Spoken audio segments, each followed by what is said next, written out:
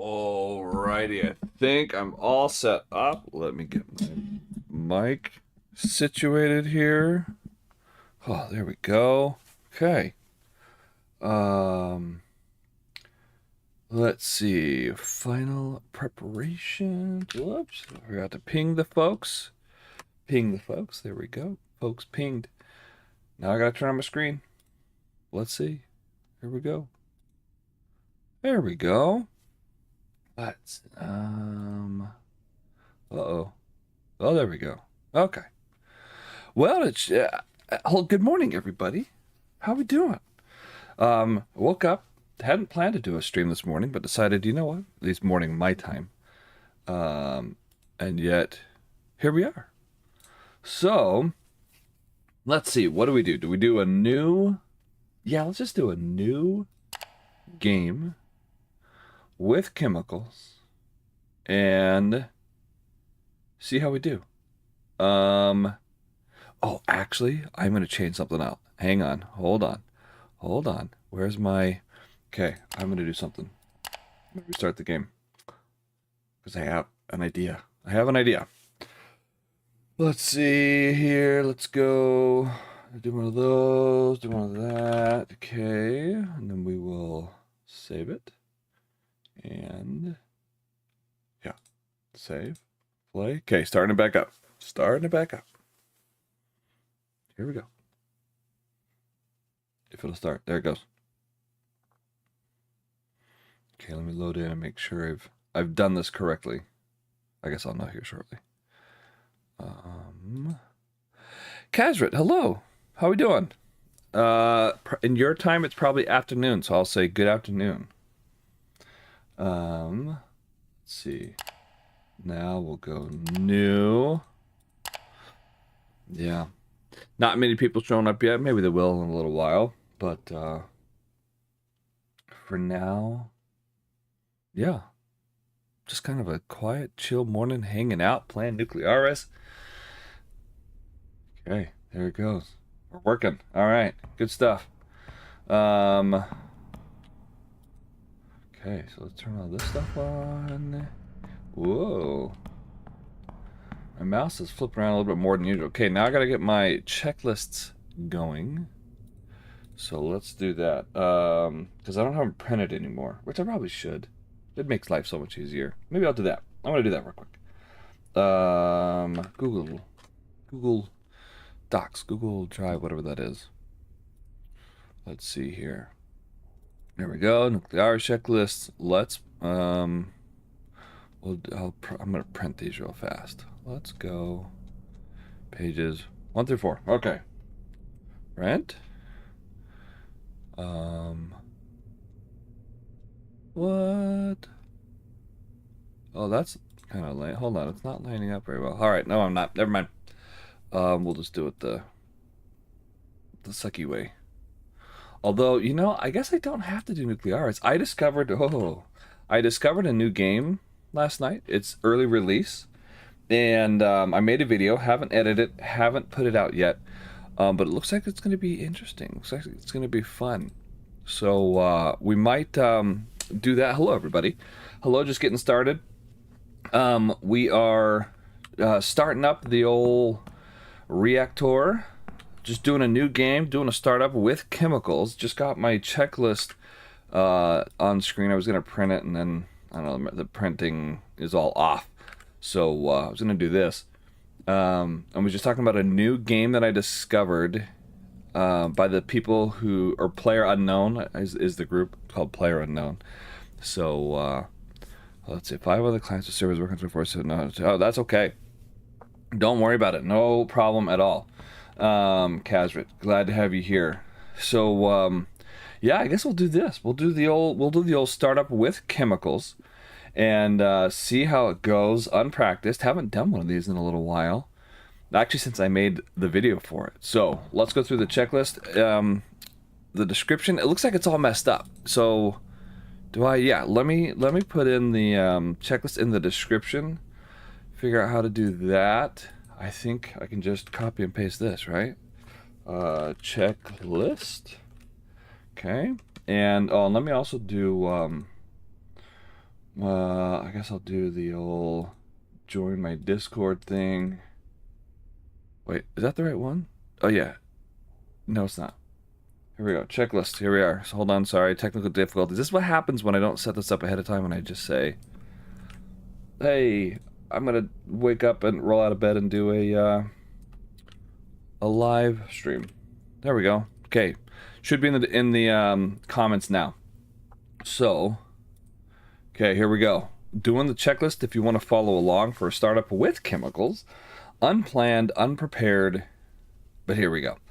Active all terminals. Number 2, external power on, which I believe it is. Oh, I wonder if I have this bug. Do I? No, look at that. We have water in the pool. Man, it looks dark. It looks dark. What's next? Generators, manual, and off. Cool. Cool. Pressure. Oh, yeah, I gotta do the pressurizer thing. We'll go on, and we'll go on, and what I do is I let this get up to 340, so we'll go triple speed till it hits 340. And good morning, everybody, wherever you're at around the world. Thanks for stopping by for this random, unplanned, unscripted stream. We'll see how it goes. I wish there was a way I could show you guys how this fill level thing works, how it just kind of snaps back. It's kind of funky. I was hoping it'd be fixed, but I guess not. I mean, I guess the pressurizer needs some air in it, or steam. I guess that's how it works to, pressurize. We're gonna slow it down, and at 40 we shut off the heat. There we go. Turn it off. Okay, and then switch this to low, and we'll click it back on. And yeah, right back to 60. It actually does that, I think, as soon as I turn the heater off. It's kind of bizarre. I don't know why it does it. I don't know how it works. I don't understand it, but it is what it is. So let's go bypass to 100. We do this to in preparation of starting up or filling our retention tank. Resistor bank on. Maybe I'll do an explanation today. Maybe I'll just explain all this stuff, how it all works and whatever, if people care about any of that. In case any of you didn't see or didn't want to sit through my super long how the new vacuum system works. Maybe that's what we'll do. Okay, opening up the SimZ to 100, opening up the OMZ to 100. Again, the SimZ startup motive steam inlet system. Not just the valve, but the whole system. This guy. So it's what pulls the steam from the bypass. So since we're using all bypass, we're bypassing 100% of the steam that's generated around the turbine. Then we need all of that to go, or at least some of it, to go to the retention tank. This isn't 100% of the steam that's generated that comes through the bypass. It's only a small portion, but 100% of that small portion is going to the retention tank. And then we have this at 100 to anticipate that switchover. When we go from the bypass through the turbine, we want to capture all the steam that we can through both of those systems as the pendulum swings from one side to the other. After all work done, I will start playing Kerbal Space Program again. It is a good game. Kerbal Space Program is a good game. I haven't played that in a little while, but it is a good game. So yeah, for those, hello, welcome everybody. Doing a startup and just going to kind of do an explanation of how everything works, especially the condenser vacuum system. I already have my cold beverage. Forgot to crack the cold one to start us off, but here we are. Okay, condenser pump on. I don't think it needs to be set at 50 anymore. I actually want to. Maybe we'll experiment with that later. I'm going to do a little testing here because I haven't done anything other than 50. So let's go plant operating mode to nominal. Not normal. Nominal. New operating mode established. Whoa. Nominal mode. Was that loud for you guys? That was loud for me. Holy smokes. I gotta turn down my sound, I think. Oh yeah. I got my sound cranked way up. Okay. That's a little better. Next on the list, load fuel. Oh, we can do that. Load Should we do 2 fuel blocks? Let's do 2 fuel blocks. Yeah, let's make it exciting. Yeah, let's do this. Okay, we're going to... Well, that dial looks different. Isn't that normally blue? Huh. Has it always been like that? I'm just now noticing it. Okay, so we're going to pull out the water. And, oh, the control rods I can put in. I know I can do the control rods, so we'll start that now. Control rods, we're gonna just, I don't know, we'll just do 2. We'll do each of these. Confirm, and there it goes. Okay. I actually don't need to the triple speed because, man, that crane's gonna take a while. Oh my goodness. It will be a minute. So actually I'll go single speed. Yeah, it's gonna be kind of boring while we wait for this. But I wasn't planning any of this. I wasn't anticipating any of it. So we're gonna add some extra fuel. We're going to do a 2-core startup, which I have not done in this new reactor, I don't think. With chemicals, so we're just trying to make it all sorts of extra complicated. As you can see here, you can install control rods through the water. You just can't install fuel because you need to be able to open the hatches, and the hatches don't like being flooded. So that part you have to wait, and it has to get down to 50% or lower in order to open the hatches and load the fuel. So we'll do that. I don't have the... Oh, I almost gave a spoiler away. I was going to say I don't have the DLC turned on at the moment. Otherwise, we could go look at that while we're waiting for this. Okay, we should be close. I can see the hatches now, so we should be close to 50. If not there already. Yeah, we're getting close. Man, that is going down slowly. It usually goes down a bit faster than that, but that's okay. And then we have our infinite storage core pool coolant tank. People often ask about that. That's a question we get. I believe it's this tank right here. And you figure that all this water fits into there. Oh, maybe it doesn't have to go to 50%. I can see the hatches now. Let's try this. Let's go off. Oh. Oh, it just went to straight 0. Oh, they don't wind down anymore. Okay. So that might be... This looks different. Doesn't that look different? This screen? Hey. I am playing with a couple differences. This is not the normal branch that you normally play on. So things might be a little different. We'll go... what is it? Isolate. And then open hatch. Well, once it's done, it's thing. Okay, gotta wait for it to go green. Yeah, so I guess it used to be 50%. Now I guess just the hatch just has to be uncovered. So that's not so bad. Okay, so that's ready for fuel. And last week, to end the stream, I took a nosedive off of the crane into the pool. Was anybody here for that? Saw how it ended?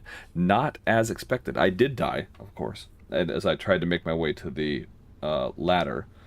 But I boiled myself alive. I died from burns before I died from drowning. Yeah, so that was interesting. That's how we ended. Somebody donated some money and said, okay, now go take a nosedive off. So that's what we did. That's how we did it. Wish there was a way to speed up the crane. I do miss the old system of where you could just, on the tablet, hit operational task, and then it would just instant. It just, boop, okay, it's there. The crane is neat, and it's cool. It would be nice to skip it, bypass it, but for times like this, where we're just sitting around waiting, let's go explore first. Go get all of our little points. Do we still have to go up to this storage room? I guess I can actually look on the tablet. That might make sense. Let's go in here. Oh, fire sprinkler system. I don't know if I've ever noticed those before. Yep, I guess we still do have to come in here. The supply building instead of supply room. Hello, AO. How are we doing, buddy? Let's turn you on. Actually, let's go. I wonder if he's gonna yell at me because I have this turned on. I don't know. I guess we'll find out. Operator, vacuum pump must Oh, yeah. open with return valve open. Apparently. Close retention valve before proceeding. Otherwise, pump will work against backflow without Okay, establishing effective so he just pressure. yells at you randomly, and then he says executing the current command. I don't know what the current command is. He should start yelling at me again. Operator. Yeah, so he's gonna chase me around. Run with empty tank. Because he has two more, Risk try running damage. he has two more things to... I'm gonna go on the elevator where you can't follow me. Operator, be careful with the condenser. If the pressure is too high, or the temperature gets too high, condensation Bye. starts, I wonder if that upsets and him, that's not good for the system. that I'm running away from him. So, there is something interesting about this, the plant that somebody discovered a long time ago that I don't think has been fixed. If you are in this certain part of the plant, and the power goes out, you're stuck. And you have an emergency. Let me show you what it is. Right now I'm just gaining all the achievements. But if you were to go down here, oh, just hit my head on the wall. Da da da da. Okay. Is this one of the ones I have to go to? Yeah, no, yeah, no, yeah, no, no. Okay. In here, if we were to close this door, it's gonna get loud. Sorry, forgot about that. Forgot to warn you guys. And then we were to run over here. And we were to close this door. It's gonna get loud again.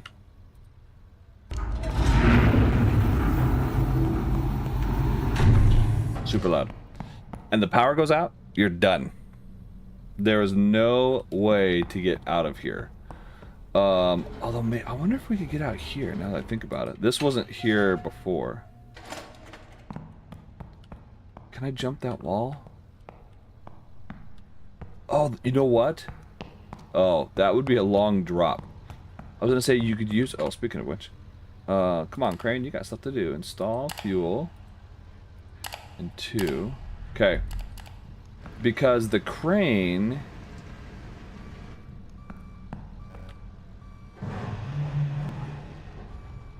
Neato. The crane has its own batteries. And I think also fuel. Right? You can run it off of fuel or batteries or the external power, as I recall. So I guess you could take the crane and then what would I do? I would drop myself into the water. I don't want to get in the head with it. Am I going to hit in the head with it? Oh no, that's good. I guess you could drop yourself in the water and try and get to the ladder in time, is what I would do. But anyway, so keep that in mind, that if you ever experience both a radioactive leak and a power failure at the same time, you are hosed. So, okay, I'm gonna open the door, it's gonna get loud again. Turn down their volume.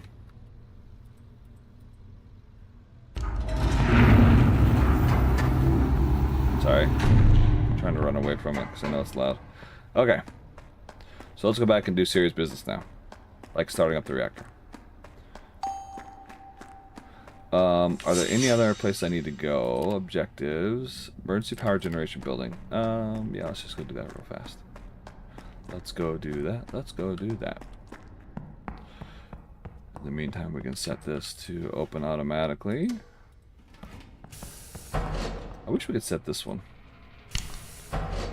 Whoa, yo, what are you doing outside? Actually, we know what he's doing outside. We're going where he was just now. He used to not be able to go outside. but now we can. And push this. Okay. Set this door. Should get our little prompt. Our bonus points. Thank you. Whoa! Okay, there we go. Alright, now we start the reactor. We're going to go 2 fuel cores. And see how we do with chemicals. So, we'll give it a go. Anybody do anything fun this weekend so far? It's been, hey, Balin, good morning. Hello, sorry I missed your message. I was so engrossed in doing all this stuff that I missed your message. We are going to do, I'm going to kind of talk through, this is going to be kind of a recap of some of the videos I've done, but talking and explaining the, what do you call this thing? The vacuum system after I do my startup. And so this is going to be kind of an explanation series. So, okay, so we have our fuel, so let's go ahead and close the hatch. And let's start loading that water back up. And we'll go triple speed just to make it fast. Once the reactor is covered, I will call that good enough and we'll get going. Yeah, that's good enough. Okay. Oh. Hi, AO. How are we doing, buddy? Looks like we still have that flip-flopped. So how 2's down here, it should be up here. Apparently we've never gotten that fixed. Or maybe it is, because again, I'm running a branch right now that is not a public release. Some things will look different, like these numbers up here that you see, the zoom percentage, current field of view. That's, you can't, yeah. So, here we'll go single speed, make sure that these are both selected. Now that I have 2 fuel cores. And we're just going to say apply to all bays. Select them all. And this is just a warning, just to remind us, hey, don't forget, it's not an error, it's just saying, hey, don't forget you've got all the bays selected. And let's continue on with the checklist. It should be in the description. If it's not, let me know, and I guess there's nothing wrong with me posting it in the chat. I'll just put it in the chat too. Let me pull it back up, get the link. Checklist. Here it is, in case anybody wants to follow along as I do my startup live. There we go. Cool. There's that. And okay. So next on the checklist, I'm at number, what am I at? 13. Lucky number 13. We should do a bingo night one night. Wouldn't that be fun? That'd be fun. Okay, we'll go load fuel. Oh, the pump stopped. Is it full? No. The pump's doing weird things. It's not blue. And when I turned it off, it just instantly stopped. It didn't actually, like, wind down like it normally does. So we'll let this go. And all that. Good. Okay. Oh, except that I'm not doing my chemical startup. Plant startup with chemicals. So I'm doing the wrong plant. That's okay. Because shouldn't I have started dosing already? No, but I need to drain my RCV. Whew, good thing or RCV, excuse me. 2426. Okay, so let's drain this off.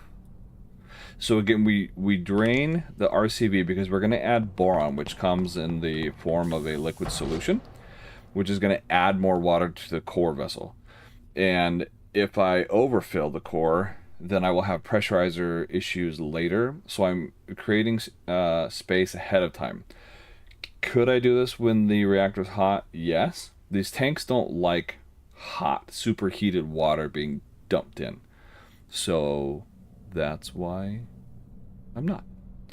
2380, yep, that's close enough. Let's go ahead and turn this back off. And we go all the way to close. Nope, that's open again. There we go. And I'm going to wait for that to hit green on the close and then change it to off. D-Man Gaming, hello, you legend you. Great to see you as always. Love the new profile picture. Moment of silence for Clippy that we all miss so much. Okay, that's good. Doing a startup. I'm going to explain startup as I go about it. Kind of recap of some of the videos that I have out. I haven't done a startup in a while. We're doing double core with chemicals startup today. We're going to see how it goes. We're going to see how long it takes for this to become a classic Leonidas video where it all just falls off the rails. So pressurize is done. I should have done all this a long time ago, but that's okay. We're going to start dosing now.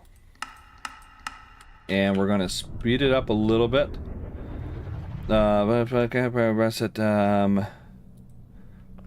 Okay, so we'll get this, we'll let this dose a little way, a little more than that. 210, above 600 I think is where I'm going to let it get to before I start. Or thereabouts. 410, every minute, right? The dosing goes up by whatever this amount is. Okay. And so now we turn on our primary pump. Set it to 15. And control rods. Let's... I don't know. We got 2 fuels. Let's start with 90. And see what happens. I have no idea. I've never done this before. Not with this new reactor. Okay, it's going up. Oh. Okay, now it's going up a bit faster. And by a bit, I mean a lot. Operator, be careful with the condenser. If the pressure is too high, or the temperature gets too hot, condensation stops, and that's not good for the system. Well, I hear you, brother. Has reached critical mass, and its status has changed to reactive. Okay. So I think we're okay. I don't think anything's happening yet. Okay, yeah, everything. Yeah, condenser's not too hot. I don't know why he's telling me that. It sounded like a warning, but that's going up really fast. I'm gonna have to pull that back. Oh, look at that giant iodine spike. Yeah, 24. Normally I want this at like 2.6. So we're okay. Yeah, we gotta slow this down. Nope. No, that's the wrong way. Nope, meant to hit set. We are almost at our core temperature in a couple of minutes. So that was pretty fast. So now what we're waiting for is the next thing. Okay, now I gotta actually pay attention to my... so we're between 19 and 20. So I'm waiting for this to get to 2,500. And then I'm gonna kick on my secondary pump and set it to 25. While we fill our retention tank. So what's going on now, I'm gonna try and talk through this without completely screwing it all up. What's going on now is as I'm aiming for a temperature of 300. Oh, it looks like I may have cooled it off a little too much. We can go maybe a little bit less. And what's happening now is we are generating steam, and we are allowing... Oh no, I was a little late on this. We passed our 25. That's okay. Not the end of the world. Slow. We're generating steam. And that steam is, because we have this open and we have our bypass open, it is exiting our steam generator. It's being allowed to exit the steam generator, but it's going right around the turbine, because we don't want the turbine to start up when we have our vacuum at, well, 0, right? Pressure's at 1 bar. That's not what we want. It'll damage the turbine. So we're bypassing 100% of the steam being generated, and it's going back to the condenser. Well, part of that then is being pulled off from the SIMSI, the startup motive steam inlet system, and it's being routed into our retention tank. We need to fill our retention tank before we can start our vacuum pump, and that's what we're aiming to do right now. I'm going to mute my mic because I need to cough. So this whole setup to this point is solely to fill our retention tank. I completely forgot about chemicals. Where are we at? Yeah. Okay. Okay, so we're gonna pull a few more. And to kind of offset the chemicals. And so as our retention tank fills, we're trying to get it to 50% because that's a nice buffer. Because what's gonna happen is once our retention tank is full, we kick on our vacuum pump. As soon as we kick on a vacuum pump, this is gonna start draining. Because we're not creating enough steam really to overcome what's being pulled out of it. In startup mode, that is. The startup mode starts this vacuum faster. Creates the low near vacuum pressure quicker. And then we're going to switch over. Once that's done, we have our vacuum, we're going to switch from bypassing all of it to bypassing none of it, and we're going to start up our generator there. Okay, how are we doing? Still a little cool. So we'll pull a couple more out to offset those chemicals. Okay, and because they're going to continue dosing. And how's our retention tank? Okay, we're getting there slow. Yeah, it's coming up a pretty good clip. So the next step is as soon as... Oh, and then why did I wait till 2500? That's because that's where, more or less, I like my steam generator volume to sit at. Kind of that high red, low yellow. That's just where I live, just for my personal technique. Everybody does a little differently, which there's no right or wrong way of doing it. That's just what I prefer. That's weird that the red's down there. Anyway, so that's what I just do personally. Some people kick it on right away. It takes some time to start, because again, remember that the water has to travel all through the pipes. The pipes in Nuclearis are functional. The distances and diameters both matter. Okay, so 50%. So now we go vacuum pump on in startup mode. And then as soon as this vacuum gets to about 30% right here, then we drop our bypass to 0. Because it takes time as the bypass goes down. It's a very slow valve.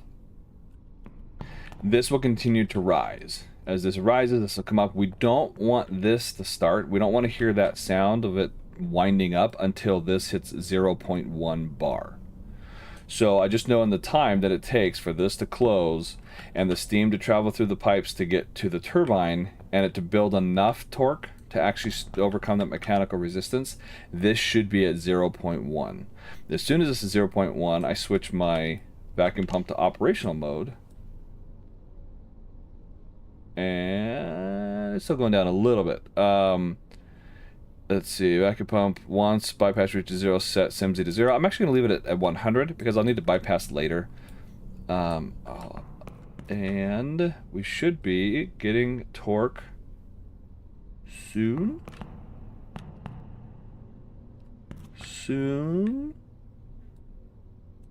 Usually it doesn't take this long. Usually it doesn't take this long. I guess it's still traveling through the pipes. Let's check our temperature. We cooled off. Oh, we've cooled off a bunch. We'll go 91. I've completely forgotten about my chemicals. Haven't checked where we are. Okay, we're still good. Normally I like to stop at about 20, between 27 and 28. I think we'll do 28 today. So this needs to come way up. Still haven't started... Oh, because my pressure's too low because my temperature dropped so far. How can we overcome this? Let's see. Okay, so this is unexpected. That's coming back up. We don't have enough pressure to... Although it's getting steam from somewhere, because this is filling up. Why isn't... Okay, so I need that to come up. Do I want to decide officially or just let it go? I think I'll just let it go. The reason why this is at 6 is because, and this is probably coming, I guess, yeah, the OMSI would still be pulling it off. So it means that there is steam still in the turbines, just not enough pressure to actually turn it. Okay, well, you guys are watching me fail in real time. Nope. 88. I need more heat. Nope. That's not an 8. Let's just use the keyboard. Okay.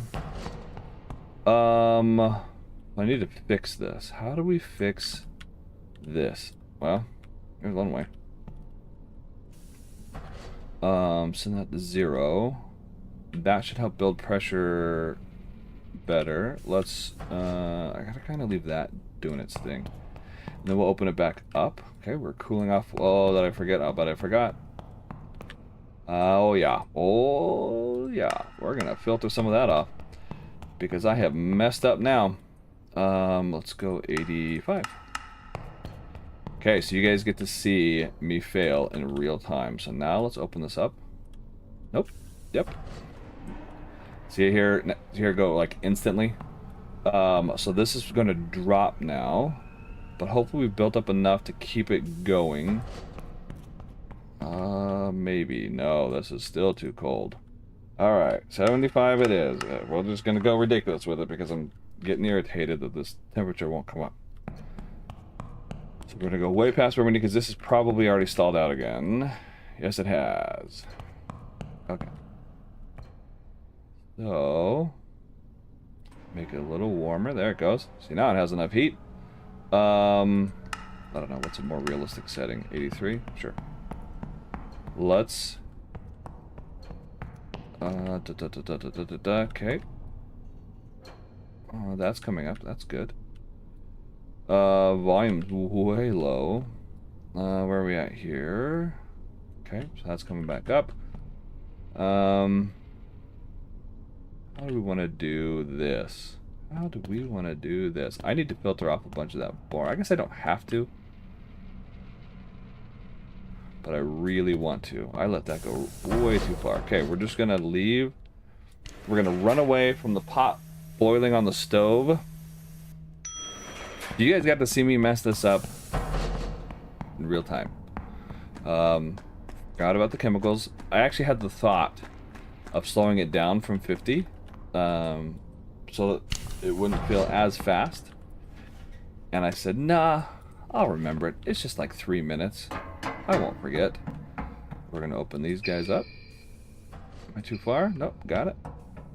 Whoa, whoa, whoa, whoa. Hi-yo, bye-yo. He's following me. Have you noticed? Could you tell? There's a video I did, I think a live stream, where I was up at the truck receiving area above the chemical room that he never goes to. There's nothing up there for him to scan. He came up and slammed right into me. Shoved me against the wall. Proceed with the test. Okay, how we doing? We still turning? No, we're still turning. We still have pressure. Okay. That's way too low. Okay, so now we can bring this down to 30. Right about there. Yeah. Temperature. Okay. That's way higher than I wanted it to be, but that's alright. So now that I've opened up those two valves, I can filter off my boron. We'll do 5. Very slight. Very low. Very low. Man, that's low. Oh, I didn't really want to bring it up to match it, but at this point I guess I kind of have to, because this is just taking so long. And we're at 35. Ooh, we'll bring it up little by little. Or actually, no, I can bring this down to 5. That'll be alright. But that means I need to bring this up just a teensy bit. So, our retention tank should be frozen. Yeah, as expected. Cool. If I want to lower that back down, I just do about a 29er here. That should start bringing it. It's a little too slow, but it is coming down. See? That's right. We will slow that rate. Oh, we are still getting hotter. Oh yeah, because I am filtering boron, the temperature is going to go up. Yeah. Let's see if we can't get that a little closer to 300. How we doing? Concentration? Oh, so it's filtering pretty quickly, actually. Quicker than I expected. So we're going to go to 28 and then stop. Just because that's where I like it to be. This is really low. But we're filling it slowly. We don't want to dump too much in there, because what happens is, this is cold water, right? At a 24°C level. That's chilly. So dumping that in to a steam generator that is 243 degrees, it will cool off the system, and you'll make less steam if you dump too much in. So, in order to help maintain the feng shui, I keep it where it is. I'm going to wait till the next hour to request startup, because I don't think we can get it in the next... Can I get it in the next 90 minutes? Yeah, let's just do it. I think we can. Let's just go for it. Okay, so we're cooling off a bit there. Run back over here to check. Oh, that's gonna take a while. Okay, let it keep going. Okay, I think I finally have it to a point where it's stable to start up. Let's check chat. I am starting up, yes, and just doing a regular startup, 2 fuel cores and chemicals, and making the usual mess of it all. Mysterious in Yellow, hello and welcome. Good morning, good to see you. Thanks for stopping by. What's new in patch 200? All sorts of stuff. Well, that's not true. Little stuff. Patch 200 was, I think 199 and 200 were both small fixes. 200, when you started a new game with certain graphic settings, the chemical module would not start. So that's what was new there. Then on 99, I think was also some things like the I think, or maybe you might still see it if we jump up here. Can I get if you get high enough on these consoles, no, not behind it, you can actually see through the ceiling. So it was just some graphical stuff, but 199 and 200 were just little hot fixes. Oh, I should check my temperature. Oh, not coming down very much. Oh yeah, because I'm still peeling off more boron, which means I need more rods. Notice how I was at 90 and that was way too fast of an increase, so we went way up and then we've gone down as low as 75 and now we're back to 88. It's just a lot of ping-ponging. This is continuing to start. Our level is, it's going to take a long time to come up. Let's see if we can do just a little bit. Because when I do that, you'll notice the middle number drops. The amount of steam being created drops because of that cold shock. Eventually it'll even out and come back up, but that creates a pressure drop. Fortunately, it's not too big, but that's why I didn't want to increase this too far. So now it's going to come back up and it'll balance out and it'll be fine. But that's one of the byproducts. When you're a beginner, forgot freight pumps and caused them to blow up all the time. Yeah. Although I don't use freight pumps very often for things. But yes, it is definitely a thing. Okay, so now we're cooling a lot. This is still coming down. I guess we could increase that a bit, hey? Maybe 10? I don't usually filter that fast, but we're just doing all sorts of new stuff today. Ooh, that's pretty low. Our torque is still fine, but this is... Our pressure's getting very low. So... I'm just going to increase this a bit to help compensate for that heat as this comes down to 300. I would have thought that with more fuel cores, it wouldn't be as big of an issue, but apparently it is. So we're gonna stop this. Oh yeah, it's got time. That came back up. Yep, see that? Just that increase of primary brought our pressure back up, so no problem there. Heat up the reactor for more steam. That is, yes. Yeah, freaking AO, right? Okay, I think we're doing all right. I think we're doing okay. Retention tank. Oh, forgot about him too. Okay, so let's fill him back up now. Do that. And the reason I have this at 6 when I start is to refill the retention tank faster. But it's not really that big of an issue. Having it at 5 maintains our balance a little bit better. Okay, run over here and check the temperature. We're getting close. We'll let it keep doing its thing. This is getting lower and lower and lower. All that wasted boron because I am a moron. That's what I did there. And didn't keep track of it. So I think we can go triple speed now. Bad things happen when we go triple speed on Leonidas videos. Okay, so the temperature drop is decreasing. Eventually, as I pull more boron out, I'll have to add more rods back in, but it's trending okay for now. Okay. See, I don't know if I'm gonna be. I was wondering if I was gonna be up in this hour. I guess we'll see. I guess we're back to the warp speed synchroscope. That's fun.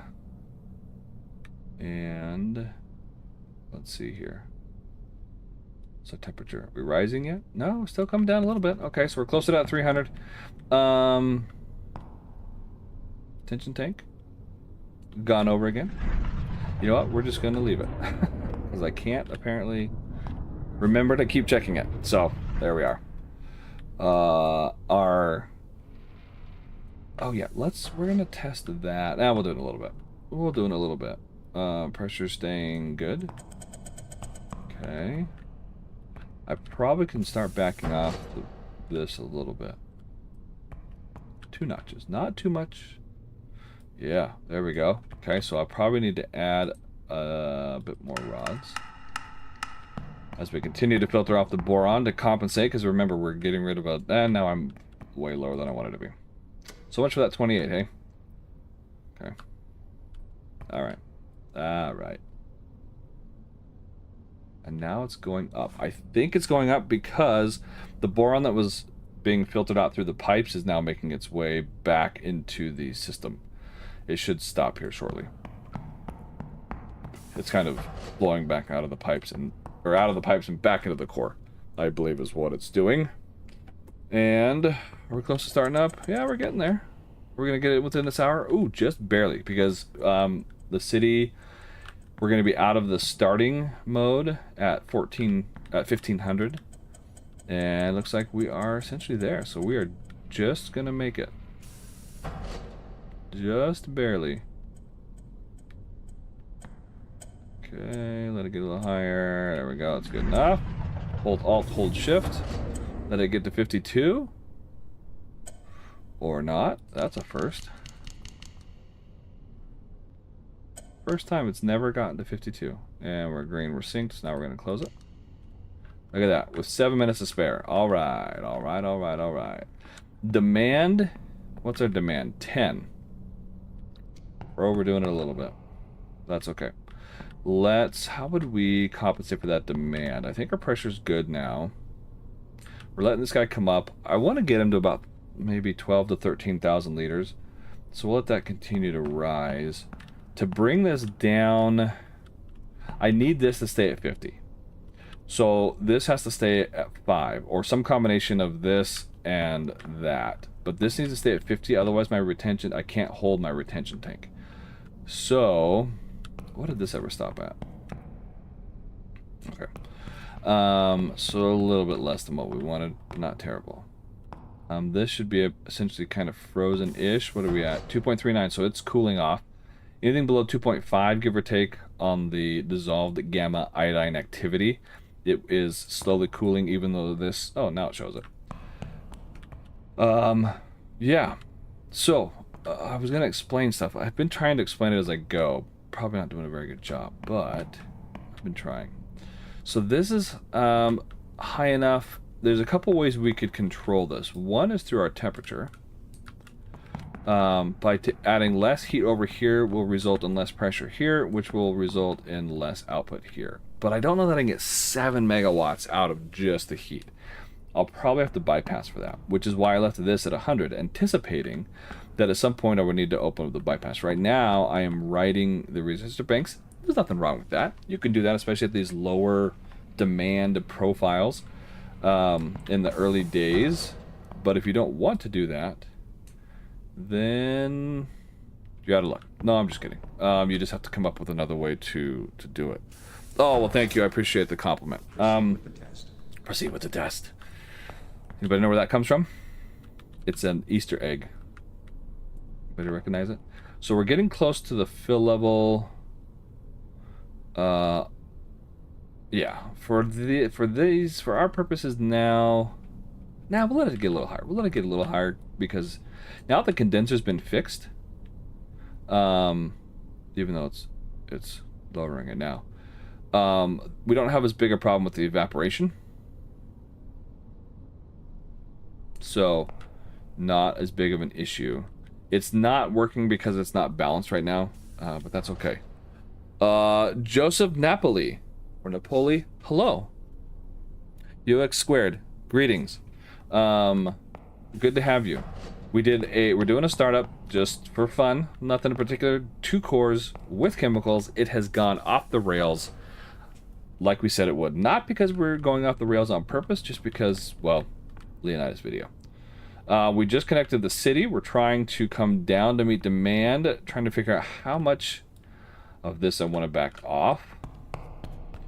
And seeing how low we can go before we lose torque. Oh yeah, we still have a little ways.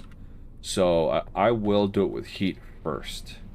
See if we can keep going down. And that's going to boost these numbers a lot. Because again, as the heat comes out, we make less, or we evaporate off less coolant inside the steam generator. Then this value is going to shoot up, as we're seeing here. The farther apart the middle number and the left number are, the faster this fills. And we're getting close to where we wanted it. Oh, it's actually going down now. That's not expected. Huh. Oh, the number probably hasn't caught up. Yeah, it's not an instant number. It kind of trails a bit. And our condenser's still dropping, which is fine. Temperature's holding relatively well. Everything else is good. Okay, so we're there, 15, 16 edge. Let's see if we can get this down a little bit more. But I don't think we're going to be able to do it all the way. We will have to rely on bypass. So how this whole system works and what's going on over here at the vacuum system. I said I was going to do an explanation for this. So if you've seen my video, this is going to be kind of a repeat of how all this works, but on a smaller scale, a quicker version. So what we have going on is we have steam. Remember that whole torque thing I was talking about? All right. So let's bring this back up. Bring it back up. Oh man, it takes forever to start up. It takes seconds to stall. Oh, that's annoying. All right. That's annoying. Oh, this is gonna take so long. So I let too much heat go, and the pressure dropped too low, and the torque dropped too low, and we stalled our turbine. And now I have to wait another hour, 2 hours, for it to spool back up, which is super annoying. Stops fast, starts slow. Not cool. Anyway, game-breaking mistakes so that you don't have to make them. And I have artificially bumped this up just because I'm irritated and don't really want to wait so long for it to get up there. But which has caused more cooling going on there. So we'll bring this back. We'll take this down to 88 to kind of compensate for the decrease in temperature a bit. A lot of it. There we go. That's pretty good. What does this bring it up to? It's pretty close to 2.5. I like it at 2.6, between 2.6 and 0.7, but so maybe we'll do a couple more just for the kicks. Let that keep going. So, sounds like a plan. So explaining this. So what's going on? Well, assuming I was connected and everything was working. What we have is we have a bunch of steam coming out of our steam generator, and it's high pressure. All right, it's well right now, 36-ish bar, and it's actually. I don't deal in bar in my life. I deal in PSI. So if we said, what is 36 bar in PSI? Whoops, not BART. Bar in PSI. It's about, nope, that's 26. I want 36. 522 PSI. Here in the US, we fill our car tires to about 35 PSI, or pounds per square inch. All right, know what PSI stands for? So that's a high pressure. So we have this high pressure steam that's shooting out of the steam generator at 522-ish PSI, 36 bar, and it's entering these turbines. And the turbines, if you remember their shape, well, no, you actually can't see it. It's got a big, should we do a field trip? Let's do a field trip while that figures out life. Let's walk away from it and go upstairs, because what could possibly go wrong with just leaving it going? It's for science. It's educational. Oh, 1 bar 15 psi. Oh, that's good to know. That's I like that. In my work, we use Celsius, but being in the U.S., everything else is in Fahrenheit, and so there's a 9-to-5 ratio, which I can more or less figure out. But wow, it's loud up here. Is that loud for you guys? Hold on. Where's my little doohickey? Nope, not what I wanted. Where's my... Wait a minute. Oh, there it is. Sorry. Yeah, it is kind of loud, huh? Okay, let's turn that down just a smidge. Okay, so what you have is the steam actually comes in right here. This is the actual steam inlet to where enters the turbine. So all that 36 bar, that 500 whatever we said, 550 psi steam is coming in right here. And inside here you have a series of blades, and this is a kind of a 3-tier system where you have little fan blades in kind of in the middle, and then they get bigger. And this crankshaft actually spans the entire length of this generator. So they turn these fan blades, and then the steam comes through here and dumps in down on this one. This is kind of this is the low, this is the medium, this is the high systems. And then it turns another series of fan blades, and then it comes out here and dumps back in here, and you have another dual set of these blades that start small and get big as they go out to the edges. And what's happening in each of these is as the steam passes through it, the steam pressure is dropping, and it drops significantly. By the time it's finished, here, by the time it comes out, which I believe is what this blue pipe is, it's the return. By the time the steam is done in this turbine, the turbine part of it, it's actually near vacuum. It's below 1 atmosphere. The pressure has dropped so much. So then you run into the problem that, well, okay, we have high pressure flows to low pressure, right? And so when the steam is coming out at a near vacuum, it wants to actually kind of flow backward. It wants to stay in the system, because what's downstream of it is higher atmosphere. If we don't have our vacuum and our pressure is 1, the steam that comes out of the turbine when it's all used up is actually less than 1 bar, than 1 atmosphere. So it doesn't want to naturally flow toward our condenser. It wants to kind of go back, and this is where you get this back pressure from. By the way, how are we doing? Have I completely killed this thing? No, look at that. It did okay. Look, you don't need me here. It just does this thing on its own. So it doesn't want to naturally go. Now it will, because there is that mechanical force that pushes it, but that's what causes damage to our turbines, is the fact that the steam doesn't want to leave, and it creates this back pressure, and it's hard on the system. Taking a pause to check chat. Bar is 14. Oh, okay. Pretty close to 15. Yeah, I don't mind rounding it.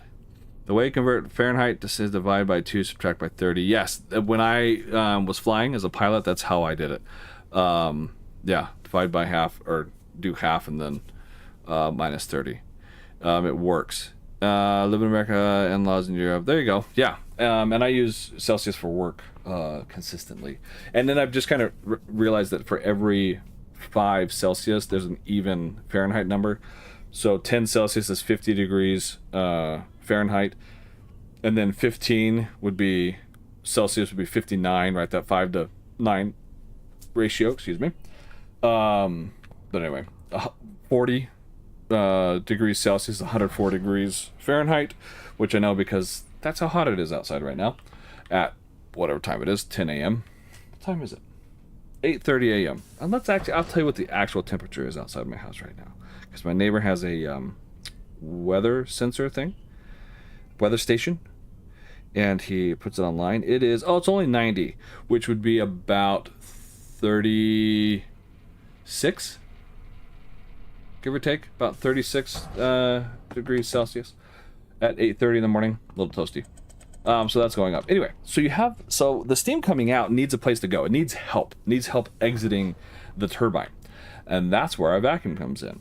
So if you think of your vacuum cleaner for your house, I'm not sure about other countries, but I assume other places use vacuum cleaners too, but I lived in Mexico for a long time. Nobody had one because everybody had hard floors, so we all swept. But anyway, so a vacuum cleaner that one would use for carpeted rooms to clean. You have a motor that creates a suction, but the dirt doesn't necessarily go through that motor, right? The suction is created kind of in this chamber adjacent to the motor, and that's where all the dirt and stuff gets trapped. Because as it gets pulled in, then the vacuum kind of gets lost later on downstream of in the grand scheme of things, and all the dust and dirt and things get trapped inside that little container. Well, that's what our vacuum pump and vacuum system is doing. It's creating a vacuum inside of our condenser so that the steam from the turbine is now higher pressure than what it is than in the condenser. So that's where it wants to flow naturally. So that's why having that vacuum is important to keeping the flow naturally moving. And then once it gets into the condenser, it condenses into water. And that's where the real magic happens, because you have this steam that's, what did I say, 14,000 times the volume of water by weight. And so that naturally also creates a vacuum, but you got to get the process started somehow. And that's what our vacuum pump does. It just incentivizes, it encourages the steam to continue on its path down to the condenser. And then, so that's why the vacuum pump is kind of adjacent, and that's how it works. Our vacuum system works.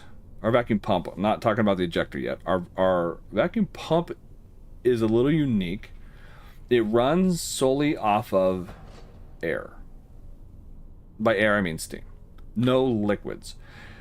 When I first saw this system, I was like, oh, this is a liquid ring vacuum pump. That would make sense in this kind of environment, this situation. And what that is, a liquid ring vacuum pump spins. The motor inside spins. And through centrifugal force, it takes a pool of water and shoots it to the sides. Kind of like a carnival ride that would spin around. You kind of get pulled to the edges. It does that with the water, and that's hence the water ring. And that creates a natural venturi, and then the gas, in our case steam, would go through the middle of it, and it creates that suction just by spinning the water. Well, we don't have that. So it's just a natural pump system that creates a vacuum, and it needs steam to do that. And that's where our friend the retention tank comes in. So what's actually going on right now, as we run and as we speak, is our vacuum pump is pulling steam from the retention tank to operate to create this low pressure, this near vacuum pressure. And it's operating at 100% efficiency, 99.9. And if our retention tank gets too low, well, if we call this the fuel for the retention, for the vacuum pump, then it runs kind of out of fuel.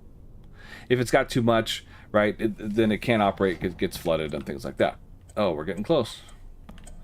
We're finally back to where we wanted to be. So ridiculous.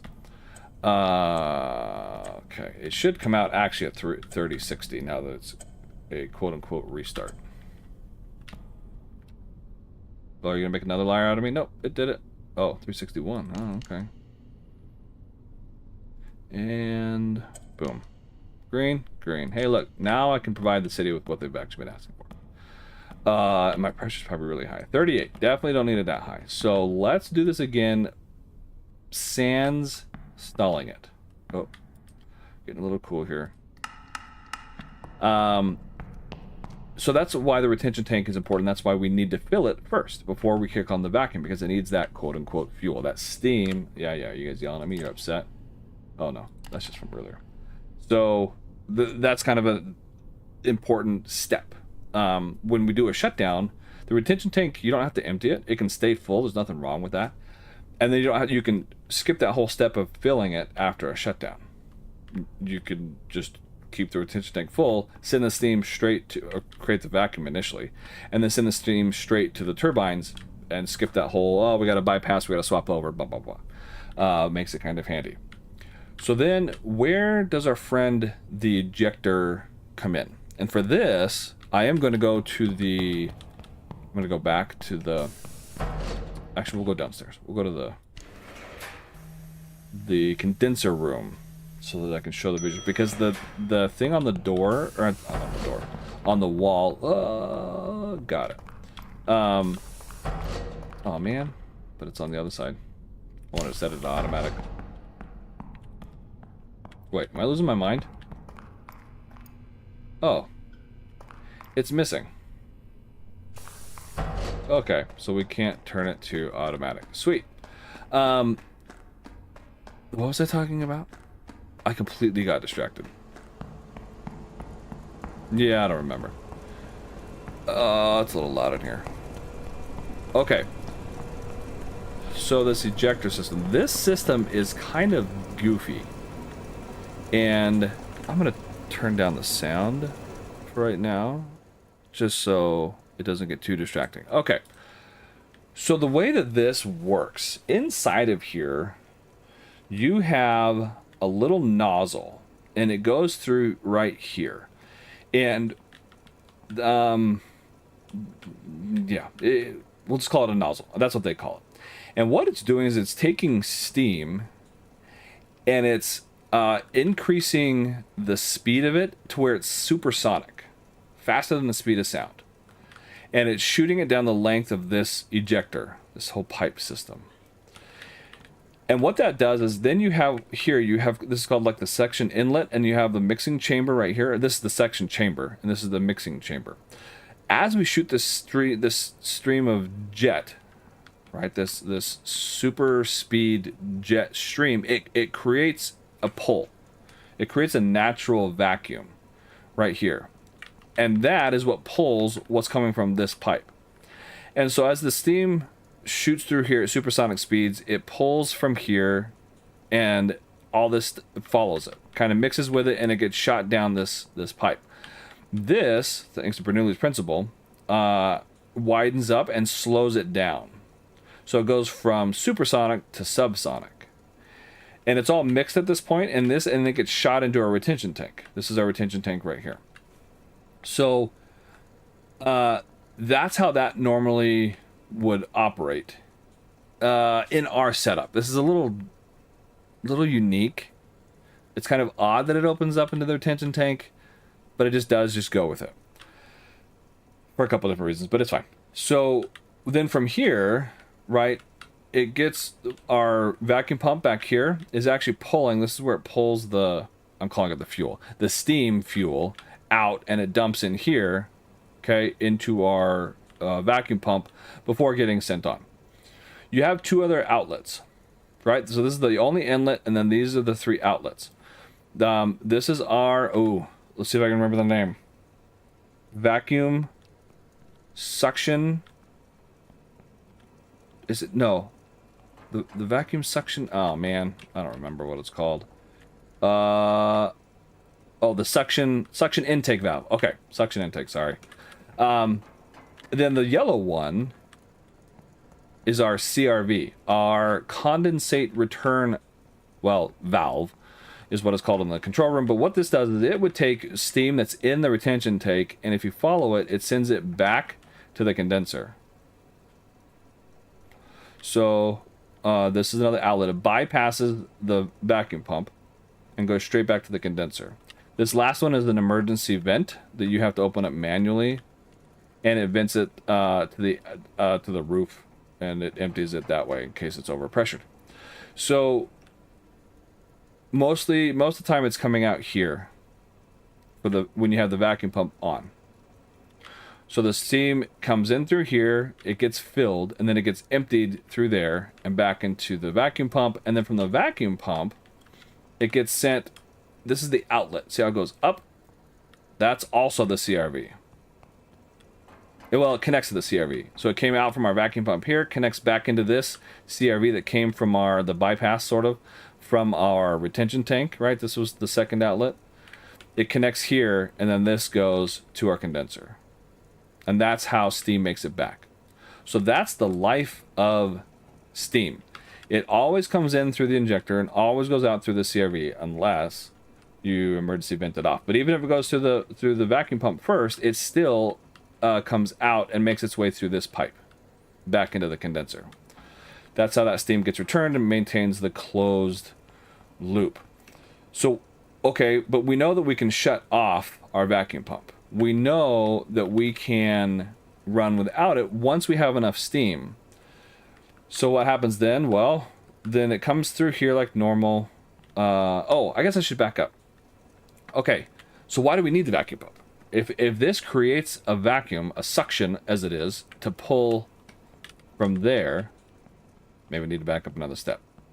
That, right here, this is our, what's it called? Because I don't remember, condenser suction valve. This, down here, remember our vacuum cleaner analogy? All of this is the vacuum motor, and this is the collection chamber. This is where it creates that suction from the condenser. So this is drawing, essentially, it's drawing steam and air, and creating that suction in here so that the pipes that come from the turbines, right, the steam will be drawn down into here because it's a near vacuum, near zero atmosphere or bar system, lower than what's up there. And this is where that suction happens. This is the connection between the vacuum motor and the collection chamber in our vacuum cleaner analogy. So, running back down, because I can't really show this very well without it. So that's what's getting drawn in here, right? That's the part that's creating the suction. It gets passed through here into the retention tank, into the vacuum pump, back to the CR, or the condensate return section, and then, or pipes, system, whatever you want to call it, back to the condenser. There's our closed loop. In through the black retention tank, out through, well, and then I guess the black with the pump on, and then out through the yellow. So, what happens when we turn off the vacuum pump? Well, there's a reason why you need a certain level of steam.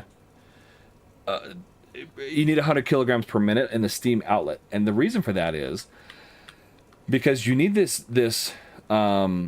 need that jet stream, right? You have to have a certain amount of it to create enough of a vacuum to pull through this suction inlet. I didn't say that very well. You need enough steam going this way to create the vacuum you need going this way. If you don't have that, that's why this guy comes in. Because I don't have enough right now. With one loop at 50 kilograms per minute, I don't have enough. I would need either 100 or a second loop that totals 100 in order to use just the ejector system. Why do we like the ejector system? Well, because this wears out. Moving parts, all that. This has no moving parts in it at all. It's just the nozzle and the shooting stream of supersonic steam. So if we do have, let's pretend we have enough, and I'll explain that. So if we don't need the vacuum pump, what's happening then is as the steam is coming through here and it's strong enough that it's creating the suction that we need, pulling from the condenser coming through into the retention tank, we're now bypassing that. It goes straight through the CRV, and this is why when the vacuum pump is off, you need the CRV closed. The CRV being the condensate return valve located right here. This has to be closed when the vacuum pump is on. It must be open. Must be open when the pump is off. Because of our three outlets, if we have this turned off, the black one turned off because this is off, then this is just going to fill and fill and fill and fill and fill. And the only way for it to exit would be through here, or venting it out into the atmosphere. But then we don't have a closed loop. We've opened the loop because now that steam is escaping rather than returning to the condenser to be sent to the steam generator, to be boiled, to be sent to the turbines, to be returned to the blah, blah, blah, and on we go. So That's why you have to have one of two. If you open this, the CRV, with the pump on, now you've got two outlets, one inlet and two outlets, both through the black one and through the yellow one. And that's why it drops so fast, which I can demonstrate. I'll go back and demonstrate that it drops super fast. But that's why we close it. So that is the life of the steam and how this works. This is the vacuum motor. TLDR, here it is. This is the vacuum motor, and this is of our vacuum cleaner analogy. And this is the collection chamber of the dirt and the dust and all that. If we don't have enough steam to use this guy, the ejector, which is preferred, then we compensate using the vacuum pump. All the steam in the retention tank comes through the ejector, even if the ejector is not fast enough to do it naturally. It's helped along by the vacuum pump. This creates a vacuum, which creates a vacuum here, which creates a vacuum here, which creates a vacuum, right? It just kind of moves backward. That vacuum goes backward, ends up in the condenser. So there you go. There it is in a nutshell. We create a vacuum here to collect here. The fuel that's used here is pulled from this. The OMSI and the SIMSI meet up right here. And I can tell by looking at it which one's which. This up here, see this yellow pipe, skinny yellow pipe that goes up and then into the ceiling back there? That's our OMSI, our operational motive. Before I go back to the control room, I'll show you where that connects. This is coming directly from the turbine, down through here. And can I get to it from here? I might have to jump. Oh no, see, it comes in and connects right here into the back of our ejector system. Okay, it would pass in through here. The operative, the 30% that I have right now is coming through here and going through there. Into our ejector system, into our retention tank, and so on. If I don't have enough of that, or I'm bypassing it, then it comes from here.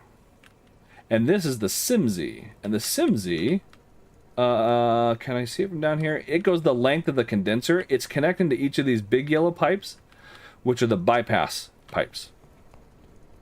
I guess I'll just show it rather so you don't have to take my word for it. So these are the bypass. Whenever we turn on bypass, this is normally where the steam goes. It goes through here, whoop, and then it goes up to the turbines through the green, like I showed. Up to the turbine, returns to the orange. That's the orange coming back in. But if we bypass, then it filters or peels some of that off. If it's open 100%, none of the steam's going through here, and it's all going through the bypass. And then it bypasses the turbines, right, and goes straight back into the condenser. So that's how the bypass works. And if we go around to the other side, over here, can I get to the back side? Yeah, can I go into this? Sweet. If you look here, this little skinny yellow pipe, this is our SIMSI, startup motive steam inlet, and then valve. But it comes off of each of these bypasses. So when the bypass is open and the SIMSI is open, some of the steam, rather than going to the condenser, gets peeled off and gets sent to... Oh, sweet. I'm meeting complaints. And then ends up right here. So where this yellow pipe, the steam coming into the ejector system, has two sources. This guy and this guy. They kind of meet up here, right where this fence is, right where I can't really get around. Can I jump on top? Yeah, there you go. Okay, do you see it? OMSI, SIMSI. And then this is where it enters the back end of the ejector system into the nozzle, which would be shot down through the main portion into the diffuser. This is called the diffuser, and then onto the retention tank. So all steam through the vacuum system, through the retention tank, comes from one of those two places. SIMSI, OMSI, that's it. Neither of them go directly to the steam generator. They come either from the bypass, which is connected to the, kind of sort of connected to the steam generator through these. These come from the steam generator, right? And then it peels it off. Anyway, or upstairs. Like I said, I would show you. Whoa, I hit my mic. I'm sorry. No, my mouse is all over the place. Oh, I guess I can open this guy now before I head back up. It's gonna get loud. Sorry. Oh, I turned the volume down for you. Okay, let's go upstairs. So remember that skinny yellow pipe going up through the ceiling of that condenser room? I'm going to show you where it comes out. So remember, although technically it's going the other direction. But here it is, right here. That's where this actually is going this way. It goes down through the floor here, and it connects to each of the turbines. Oh, I'm on the other side of the fence. I'm stuck. I'm stuck. I'm stuck. I can't jump over it. There we go. It would connect to each of the turbines, which I don't have the other loops, so you don't see it. But I'll show you where it connects on them. And it's an interesting spot. Why it's there, I don't know, but it is. It's right there. Oh, get up there. Right here. And this is the intermediate pressure in our system. So when the steam enters here, hits those blades, and then it gets shot up through this, the steam does not pass from here to there through the orange part. It does it through this black pipe, and then through that black pipe. But where this connects, can I get down there? Oh, still can't get over. Where this would normally come down, this little pipe branches off at that junction. Oh man, now I've really done it. Sorry if I'm making y'all sick. It's a direct connection right here. You just can't really see the contrast very good. But where this comes in, this peels it off. And this is our SIMSI. No, I'm sorry, OMSI. Ooh, don't get confused. OMSI, operational motive. So if there's no steam coming to the turbine, zero steam coming to the turbine, because there's none entering here through this green pipe, and there's no steam inside of here, that means there's no steam inside of here, that means there's no steam inside of here, which is why the OMSI would not work unless the turbine is receiving steam. That's why we rely on the SIMSI, the startup, because when we are filling our retention tank and we are bypassing 100% of our steam, that means 0% of our steam is coming to the turbine, so none could go through the OMSI. It's not possible. It's just not routed that way. And I'll turn the sound back up for you guys now, so you can hear my footsteps down the hallway. How was that for confusing? I guess I should have been checking chat to see how. Hey, Jasper Bear 1, how we doing? Greetings. Doing a little startup, double fuel, chemicals. Already made a mess of things. We stalled the turbine once. I walked away from the turbine, or from the control room, about an hour and a half ago. We'll go see what kind of disaster we're creating, or we have created. I'm also going to see if I can end in death on the elevator. See if I can get the elevator to kill me. That's how I'll end the stream. How are we doing? Oh, our pressure's high.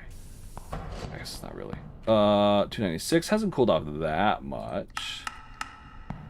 Riding these resistor banks to the end. But otherwise, oh, it's so much quieter. That whole time that I quieted it for you guys, it was not quiet for me. So I had this grinding in my ears. But so that's how that whole system works. Now watch. So my retention tank fill level has stayed the same. The reason is because you only need 30% of that valve open, the OMSI valve. I only need, of all the potential steam that could go through that yellow pipe that we just looked at, coming directly from the turbine, right when it goes from that low to that intermediate step, of all that steam going through, I only need 30% of it to maintain my retention tank fill level. And right now that steam, as it exits the turbine, here, this is a bad depiction, and I'm going to show you why. But as it exits here and makes its way through, right, into the ejector and then back into the retention tank, I only need 30% of it to maintain with one loop. If I have two loops, meaning now I have steam coming from two different turbines, then I only need 15%. Why that makes sense? It doesn't. I don't know. It shouldn't. It should still be 30%. Because then what would be on, if this is the valve and I have it at 30%, even if I have, with all the extra steam coming off here, it should still only let 30% come through on this end. Yeah, you're gonna have more pressure, more steam over here on this end, because you have extra sources, but it should still only let 30% through. That's just not how the game works. Welcome to Nuclear's Black Magic. So what you actually have to do is drop this to 15, because right now, let's just use a number. If the number 100 is passing through here, again, it's just an arbitrary number with no units. 100 is passing through right now, then with 2, it's going to be 200. And 3, it's going to be 300. And so I don't want 200 because I only need 30 to keep this retention tank filled. Again, arbitrary number, 30. I only need 30. Well, with 2, I need still half of that. It doubles it. Instead of going 30, it goes to 60, so I make this 15 to keep it 30.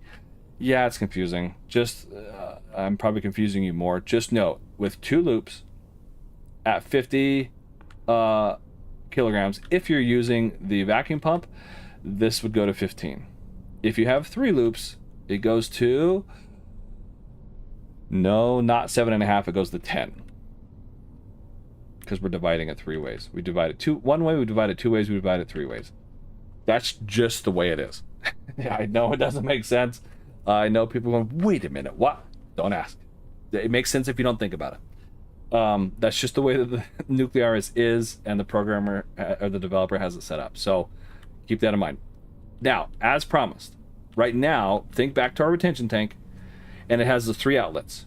The red emergency valve is manual. It's not depicted here, but this is outlet number 1 would be, I guess, the vacuum pump, right? That black suction, what's it called? The suction intake pipe, I think. The other one was what? Condenser suction pipe. So the suction intake pipe that goes from the retention tank. Oh, it should say right here, right? Nope. Oh yeah, suction intake. Yeah, there you go, suction intake. From the retention tank to the vacuum, this is that black pipe. Okay, so we have it does depict the 3. 1 outlet, 2 outlet, 3 outlet. These 2 are closed, this one's open. We have 1 inlet, which comes from the steam jet ejector. This is also condenser suction, is that right? Yes, this is the other black pipe that comes... This comes into the mixing chamber. Well, the suction chamber, then the mixing chamber. This is wrong, though. There are not 2 inlets to the steam jet ejector. Really, this should be facing, because this is that diffuser, and I guess this depicts the out. This should be connected directly to here. This is this. That's how this component and this component connect. As we saw, they are bolted directly onto one another, which is a little strange, but it is. This would be this guy here, this black pipe coming in right through the suction chamber into the mixing chamber, and this is just what bolts it onto the ground. These guys come in the back right here, so this should be flipped this way, right, pointing the other way, and these guys should actually meet back here and then in the back, because they come in at the same point. There's not 2 separate points. It also doesn't come in the top, it also doesn't come in the bottom there. So that's why this picture, this diagram is misleading, and it confuses people sometimes. So, why did you pick that spot to come to? Yeah, I'll push you around too. Yeah, see how you like it. So keep that in mind, that this is not a good depiction. Also, there's no bypass pictured here. This does not come, our SIMSI, our startup mode of steam inlet, as we showed, does not come directly from the steam generators. It comes kind of sort of from the condenser. This should have, I guess, the bypass would go here. These would be bypass words. It's a bypass from each of these to the condenser, and then this line should come off of each of those bypasses. So this one's kind of accurate because it does come directly from, you saw, from the intermediate, well, in between, before it gets to the intermediate part of the turbine, step of the turbine, yes. But this is not. It does not come directly from the steam generator. It comes from the bypass, from the connection from the steam generator to the turbine. Yeah, before it goes to the condenser. So, a little confusing there. A little confusing. Really, it's just, I think that all this is just a valve diagram to show how that works. Now, over here, this is correct-ish. This is a direct connection from our steam jet to our ejector. They're bolted onto one another. This is the red valve. This is the yellow valve, the exit coming out of the top of the retention tank, and this is the black pipe going from the retention tank to the vacuum pump, and then this would be the yellow, and they actually connect. Remember that this does not, it's not two separate inlets. These connect at one point and then they both go in. So this should, rather than go here, should go there to be accurate. So I said that right now we have one outlet, right, for our retention tank, so it's holding steady. The minute I crack this open, watch what happens to my tank. Right? It goes way down, way fast. Oh, and it shows here.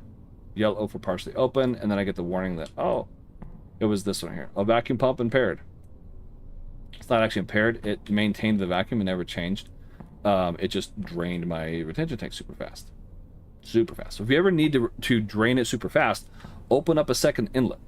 Or, excuse me, let me say that again. Open up a second outlet to drain the retention tank super fast. That's how you go about that. Any questions? I should have been asking. Does that make sense? Is that helpful to understanding the concept of how this works? The vacuum pump modes, this is just how hard it works. Startup mode doubles the amount of power it draws and just creates the suction faster. It'll also drain the retention tank faster because it's pulling more steam out of it and working harder. We don't need it once it's got a vacuum pressure. It just, would it even increase? Let me try something. If I go off, this percentage is going to fall right away. By the way, as long as it stays above 90, you still have pressure there. So if I turn it on now, I wonder if it'll, does it go back up to? Yeah, so it's enough to increase the vacuum percentage. It just does it faster with it in startup mode. If that makes sense. God, what else can I demonstrate here? Oh, I forgot about my temperature. Did I go over? Nope, still too cold. 80. And this. No, I took it to 10 and it stalled, right? Although my steam pressure is way. Oh yeah, that's why. Because that's so high. I forgot about this guy. Another concept, this is part of why I like having, so this is, to me, is overfilled. I don't like having it here. Having it that high. But that's why my pressure went up, because there's less headspace now in the system. So it'll be temporary, it'll sort itself out. Can I code things to work off deltas, like pressure delta, volume delta? That's a developer question. I'm not a programmer. I don't know how the code works and how to do that programming. So, with the web server, you could get it to monitor stuff, monitor some of those deltas, those changes, and it would show you that it was changing. But as for like the coding and for it to work off of it, the game mechanics, that one I don't know. And I don't know how we would use that unless it was like warning lights like, hey, there's a change happening. And I don't know why that's red. Oh, here's a bug. Watch. If I change the scale, it goes green. It just, the colors get stuck sometimes. You know, like you have to tap the gauge back in the day, right? You tap the gauge to make sure it's working. Same idea. Just change the scale, change it back. It'll be alright. But this is way higher than I want it to be. But it's leveled out now. I've balanced.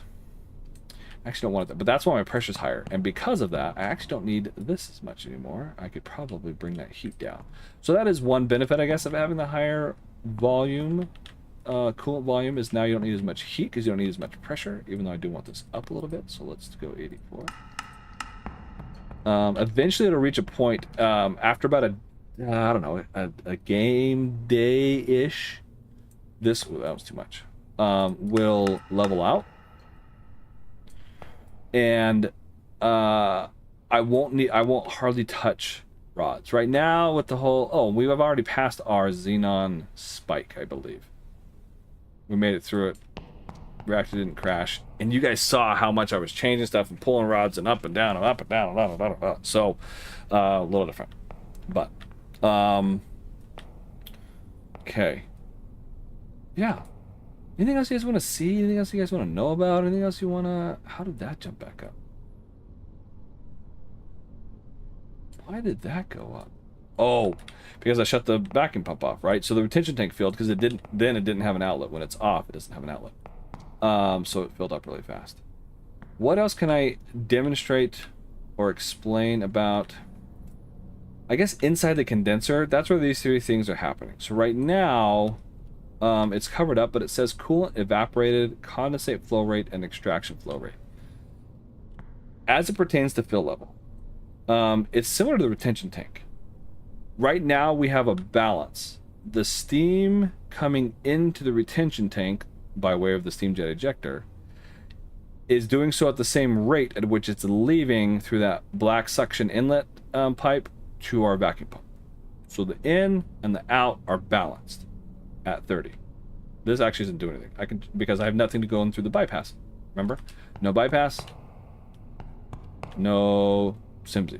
This is an empty pipe. I can change it to 0 and nothing will change. My whole system. But we'll mess with that here in a minute. So, I forgot what I was saying. What was I talking about? Balance. Oh yeah, this guy. So just like this has a balance, this has a balance. This is water coming in, then gets boiled to steam, and then that steam goes out. That's what each of these three components are measuring.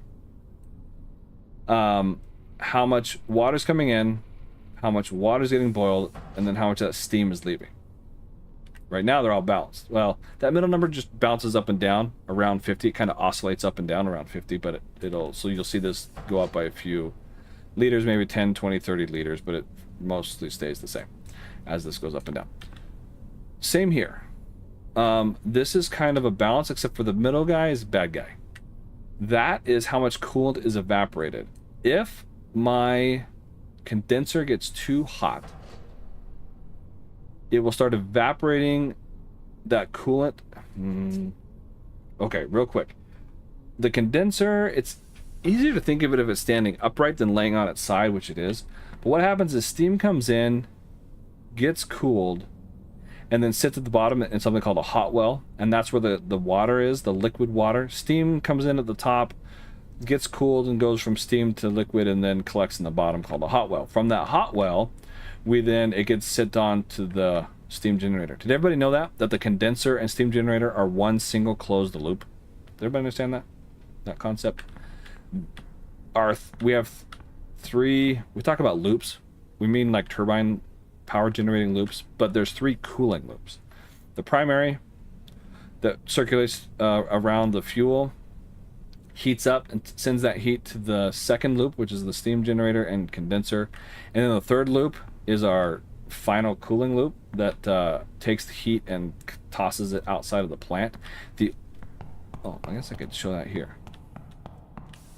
One cooling loop, two cooling loop, three cooling loop. The only With the test. okay, I will. The only portion of this loop, let me back up. This passes through the condenser. It is not dumping, it is not connected. It's not dumping anything into it or pulling anything out. It's passing through. This one is, well, yeah. Steam enters here, water comes out here, and then this is not actually connected. It goes around the back. Pretend that it's not connected. It's just, it goes around the back. And then ends up here. So, enters the condenser, exits the condenser, and it goes straight from this pump to the steam generator. This guy, same thing. This is hot water, and it passes through here and heats up the water inside. It is not dumping in and then pulling out. It's just passing through. So this loop passes through, and this loop passes through. This is, well, I guess this is a closed loop. They're all closed loops. So anyway, first cooling loop, right, pulls heat from the core, passes it onto the second cooling loop, and then the third loop takes that heat and tosses it out into the atmosphere through the cooling towers. The only portion of this third loop that is modeled in the game at all is this pump. This pump, or try and say it 5 times fast. The cooling circuit coolant flow speed, or cooling circuit coolant flow pump, is our D1 pump. Why don't we call it a D1 pump? I don't know, but that's what it is. That's the only part of this. I don't know what the fill level is. I don't know what the I don't know what the temperature is. I don't know what the delta is. I don't know what the nothing. They don't demonstrate any of that here. This temperature is the temperature of the water sitting in the hot well inside the condenser, which is part of the secondary loop. This pressure is the pressure inside the condenser of the secondary loop. The vacuum is the amount of vacuum being created through our vacuum system. The fill level is the amount of water sitting in the hot well in the condenser currently right now. And this is the temperature of that fill level water. This is the other portion, right? This guy over here. And it has its own fill level, the pressure inside of it, and then the temperature of the yeah, we'll call it water, the coolant essentially of the steam generator. So now, getting back to this, there's a balance inside the condenser, just like there's a balance inside the steam generator of water coming in, water being boiled into steam, and then that steam exiting. Here we have steam coming in being turned into water, and then that water exiting out being sent back to the steam generator. It's the opposite of this. Water comes in, steam goes out. Here, steam comes in, water goes out. So this is the rate at which that steam coming in is being cooled and turned back into water. So as it comes through here, it sits in the hot well and fills up this guy. As we pump it out and it leaves, it's extracted out this way. This number and this number should match, because this is the water exiting the condenser, being pumped through the secondary pump and returning to the steam generator. This pump right here is this guy right here. So we have water around the back of the condenser, water being sent to the steam generator. It sits there, it's heated by this loop, and then it gets turned to steam. That steam gets sent to the turbine, exits as steam back to the condenser, and goes from steam into water. So we have water, steam, water, steam, water, steam. Make sense? That bypass we talked about, how bypasses, it actually should come off of right here. No, right here. This side of the valve. Right here. It's not connected directly to the steam generator, but it comes off of here and does go straight to the condenser. That is correct. But this little line should connect right there. This little line of mine. I'm gonna let it connect. Yeah.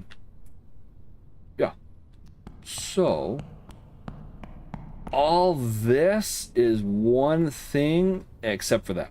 That's the only part of the tertiary loop. Getting back to this. So this is the rate at which steam is being turned back to water. This is the rate at which that water is being pumped out and sent back to the steam generator. Water coming in by way of being converted from steam, water going out. When those match, like they are now, the fill level is frozen. Makes sense, right? Because the water coming in is matching the water going out.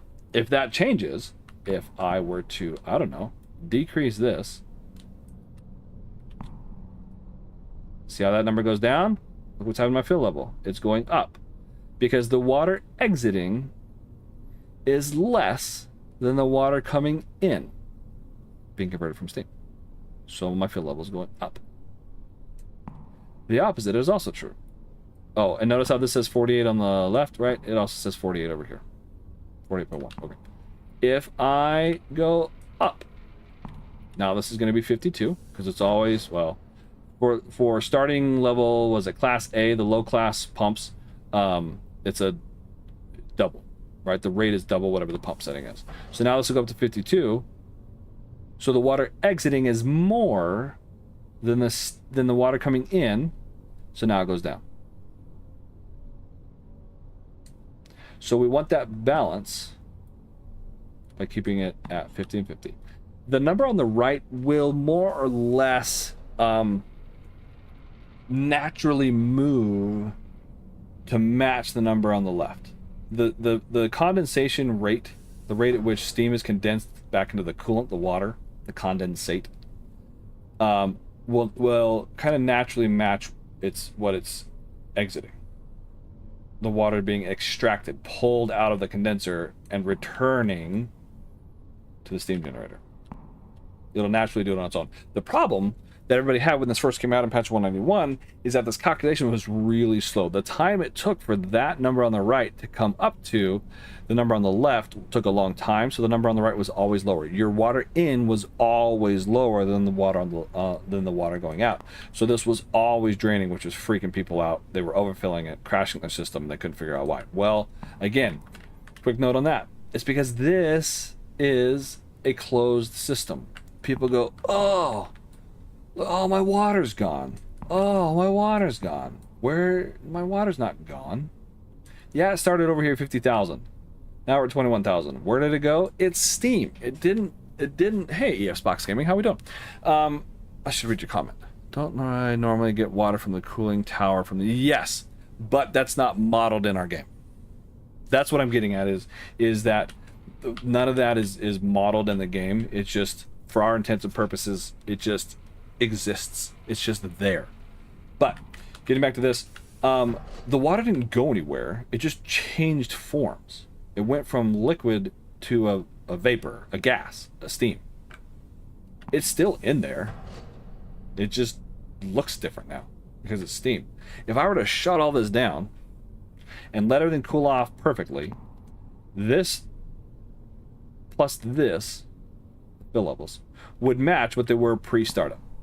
Because the water hasn't gone anywhere. So that was the problem, was people were freaking out saying, oh, my water's all gone. No, it's not. It's just steam, guys. It's just steam. It's in the pipes of steam. It's in the turbine of steam. It's in the steam generator of steam. It's in the condenser of steam. It's in the pipes of steam. It's just steam. So when you add more water in there, you're overfilling it. And then if you were to shut down the system, well, now everything's pegged to the max because you've added all this extra water that wasn't in there. You got to remember that steam is 14,000, 15,000 depending, times the volume of water. 1,000, 4 zeros, right? 3 zeros, 14,000, 3 zeros. So by adding more water in there, you are shrinking that space that steam can sit in, and that's what was causing issues. So this guy is kind of a bad guy. Even when I add a second loop, I still don't fill the condenser. I just let it sit lower. All that water goes into the other steam generator. It still works fine. I don't worry about it. But that's just me. That's just my technique. That's just my gameplay.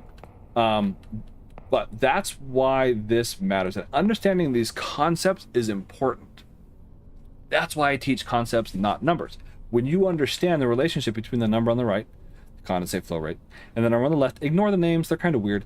But because the condensate actually isn't flowing.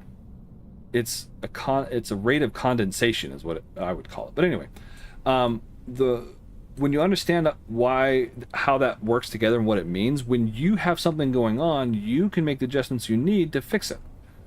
If my condenser is falling low, right, the amount is dropping, but these two numbers match, I have a leak somewhere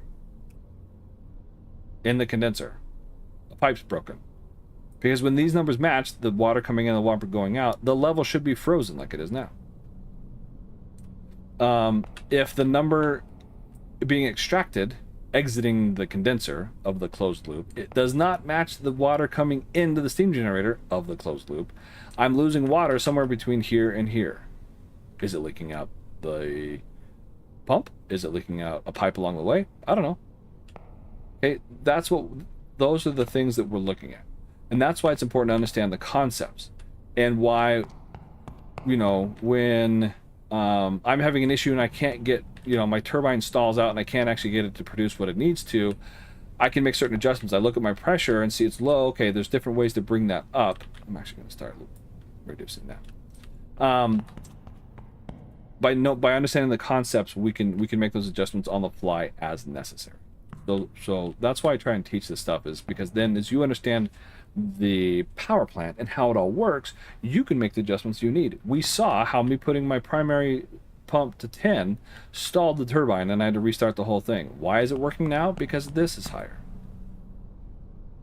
If this were at 12,000, my turbine would stall. And the reason for that is because you got to remember that this is our steam generator, and there's a bunch of water in here, right? The fill level is, I don't know, let's say here, this black line. If this is all water, condensate, then there's all this extra space for activities, for steam activities. This is where the steam sits. If I then increase that fill level to, say, here, well, I don't have quite as much area.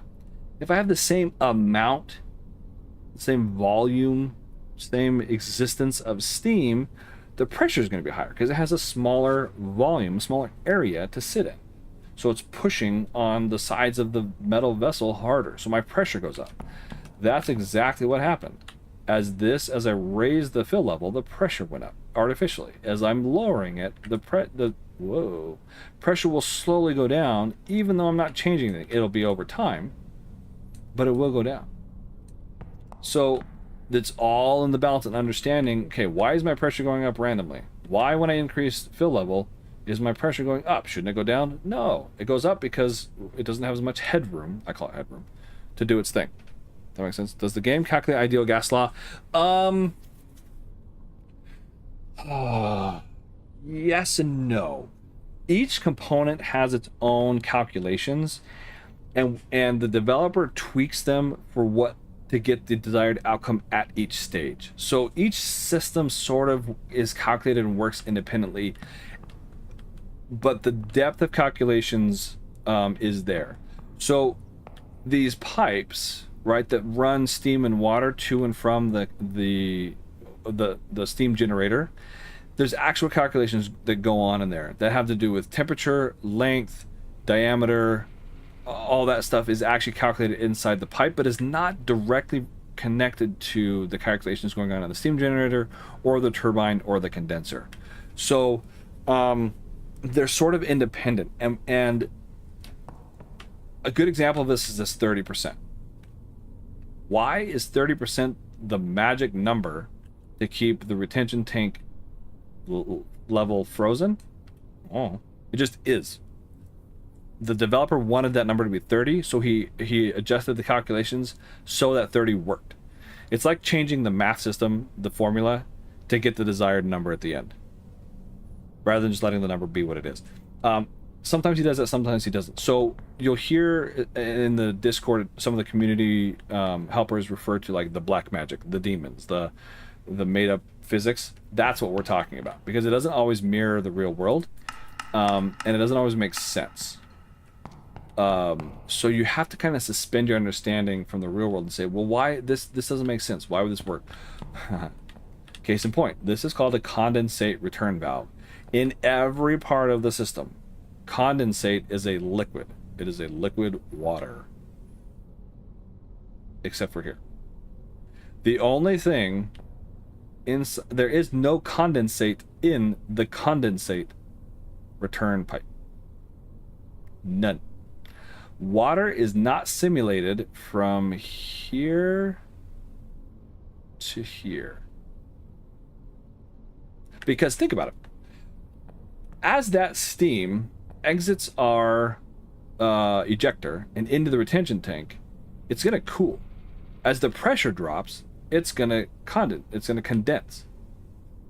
So we should have condensation going on from here, the gas, into a liquid, into a condensate, to pass through the condensate return back to the condenser. It should be entering the condenser as a condensate, as a liquid water. It's not. It's just turned off. It enters the steam and exits the steam. And that's it. Is that how it would work in the real world? No, not at all. So that's just one of the black magics of Nucleares. If Spock's gaming, if there's a leak somewhere, can you actually see it? Yes, when the pipes break, you can actually see them. It's hard to simulate. It's hard to make one. It happens through catastrophes or breaking things sometimes. I tried. When I made the... has everybody seen the Nucleares trailer that I made? I should show that. Maybe I'll do that before we go. That'd be kind of fun to see. If you guys haven't seen it. I don't know. I'm kind of proud of it. I thought it was fun. Anyway, I wanted to get a pipe to break to demonstrate in there. I couldn't get it. Couldn't get it to happen. I also wanted the wires to break so that I could show fixing them. Couldn't do it. So, yes, you can see leaks. But as far as I know, they only happen either from like overstressing over a long period of time or catastrophes. So there you go. That's kind of that in a really long nutshell. Hopefully that makes sense. What was I going to demonstrate? I was going to demonstrate the bypass thing. Okay. This is 0. Oh, let me how do I want to demonstrate this? It's fine. As I bypass this, let's do 10. 15 it is. Making sure that's staying where it is. Okay, so now you'll see my torque drop. Okay, very slightly. But my output's going to go down a little bit here shortly. Okay, it's dropping a little bit. And this number's going to go up. More on that later. More on that later. My retention tank is now going down. Slowly. Oh, now it's going to make a liar out of me. It was at 5068. I don't know why it stopped. Let's pull this up higher. Let's go 30. Oh, it's because my pressure's so high. That's why it's not mattering. That's fine. We'll just... Yeah, that's why it's not doing anything. Because the pressure is compensating. Yeah. How do I guess I just have to bypass a lot more of it. Which is why I like that number to be lower. Let's drop this way low. Try and get that fill level down. Now we should be seeing... Still making a liar out of me. What? Okay, this is unexpected. My torque is still up high. Okay. I guess my pressure is just that high. What's it at? 34. Proceed with the test. Okay, I'm proceeding with the test. Oh, there we go. Now we're getting what we're looking for. Okay. There it goes. Okay, now it's doing this thing. I had so much pressure, it was actually overcoming the bypass, didn't matter. But look, so this is going down, right? We all see that? This number's going down, whereas 30 was holding steady. Okay. If I bump this up to 100...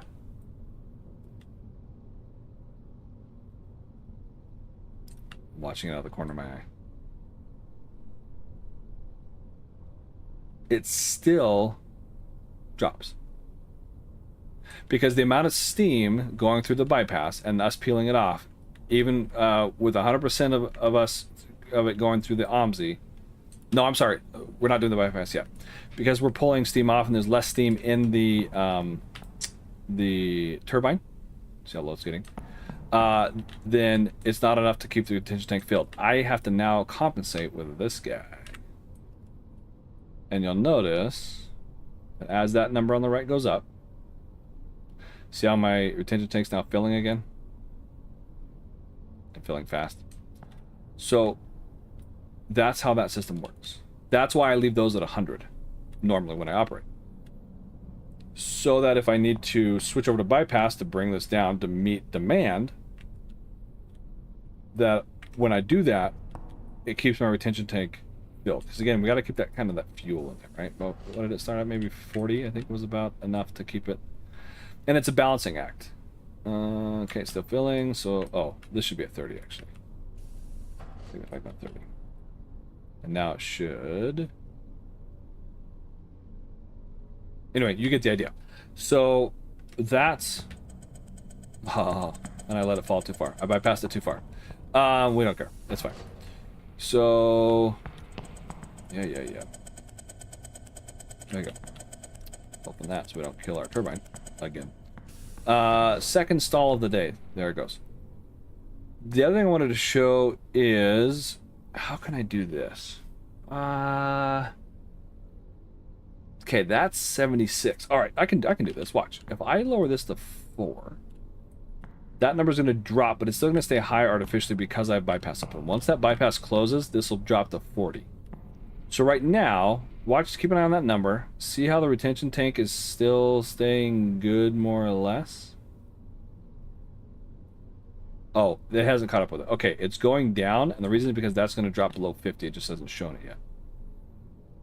If that's not 50, it doesn't matter what these are at. You cannot keep your retention tank at where you need it to be. So that'll go to 40, and the retention tank will continue to fall. Even both of those at 100. You must have a combined steam outlet of 50 kilograms per minute to keep the retention tank level where it's at. Oh, you're not even starting up? Oh, come on. Oh, yeah. This is a 10. Oops. How low did this get? Oh, that's what. Yeah, that's also part of the problem. There. Okay, so let's get this back to. So we're balanced now, right? 40 on the left, 40 on the right. And I'm trying to get more. Oh, if I go.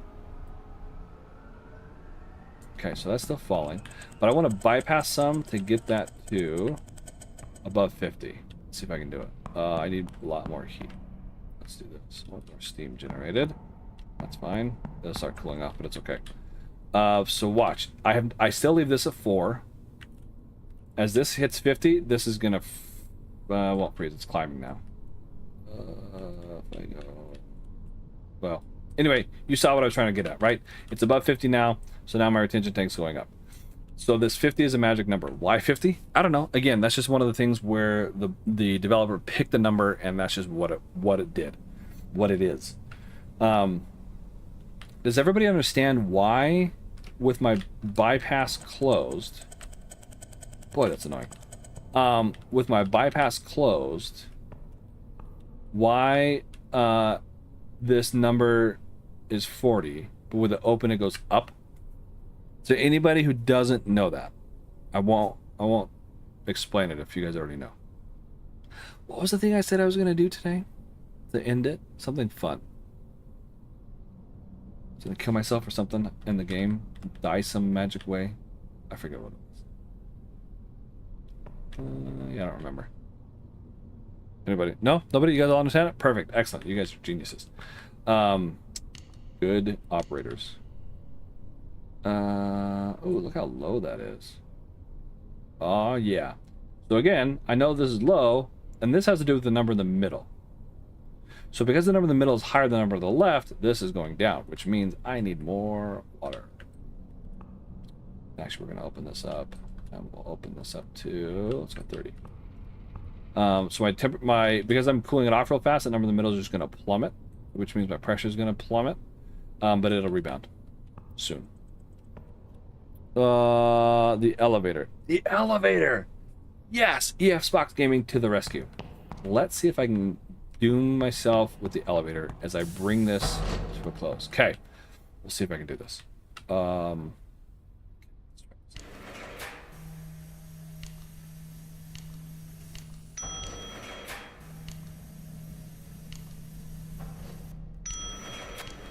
No? Oh, it's not going to do it. Sometimes you can launch your... There it goes. Yeah! Look, we're falling through. I just died for no apparent reason. And then I'm actually underground now. Ha! How about that? If you if you irritate the elevator by just mashing the buttons, you die. Isn't that great? So if you miss your floor, don't be like, oh shoot, my floor, and then hit the button again. You gotta wait. Otherwise, you die. There you go. How's that for neat? Okay, last thing I'm going to show is, give me a second to figure this out. Hang on, I'm going to show a BRB screen because I got to try and figure out how to do this. Let me close all of these. Ooh, without closing out the stream. Let's go. How do I do this? YouTube. Hold on. I'm going to show you the little video I made. The little trailer. Ooh, am I gonna be able to do this? Yeah, I'll do it. I'll figure out a way. I got a lot of videos to go through. Hold on. Stand by, stand by, stand by. That should make it easier. Stationing, no, that's wrong game. That's Stationeers. Yeah, if you're not in my Discord, come hang out in the Discord. It's fun. We get to talk and share pictures, and there's other games that I make videos for. I just made a video for a brand new one. I'm not going to spoil it for you now. But, oh man, I can't find the trailer. Hold on. Stand by, stand by. It's the one on the Steam page. But, oh, nope, so it's after that one. Oh, what is Nuclearis? No. New building, patch notes, backup generators. Sheesh. Leo's Legion. Okay, then it's got to be on this page. Was it not going down far enough? Sorry. Patch notes. Detailed startup guide. I cannot sneak peek.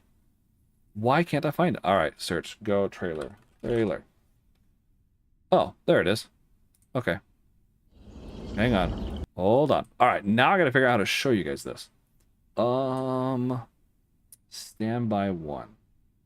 How do I... no, that's not gonna work.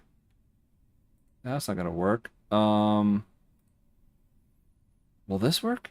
Hang on. Can you guys see my... Oh. No, you can't, because I gotta turn it on. What do we have here? Nothing. Great. Hold on. Properties. Which one? Game. Oh. Can you guys see that? I guess I should actually show. Can you see it? Okay. I'm gonna assume you guys can see. Oh, let me pop this out so I can actually see your comments. Okay. Can we all see it? Yeah.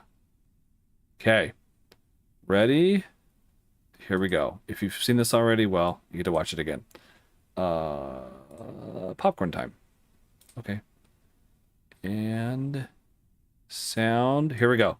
Here is the Nuclearis trailer that I made a little while ago.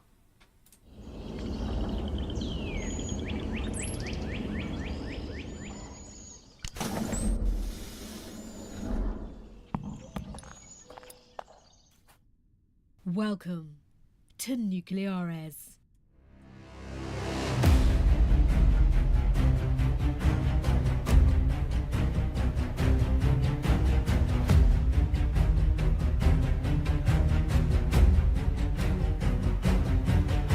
Oh, remember when there was Steam? Good times. The plant is ready to go into operation.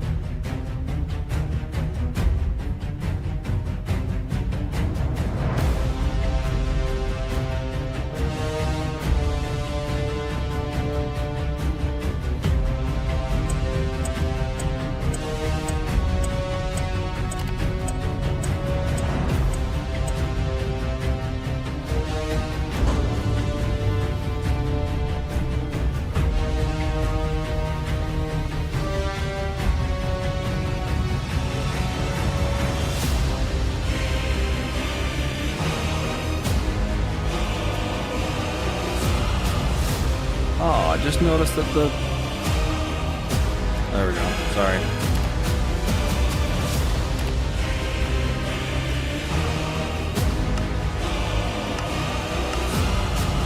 The reactor has reached critical mass, and its status has changed to reactor.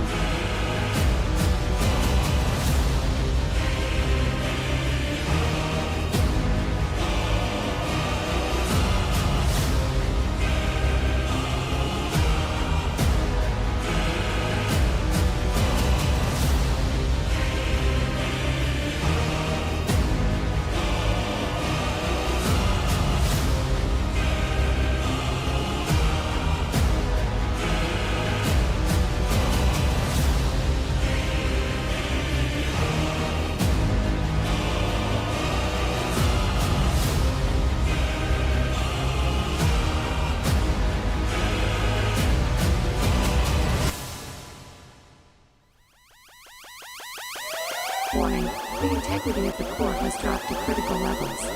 Imminent meltdown. Start the evacuation protocol.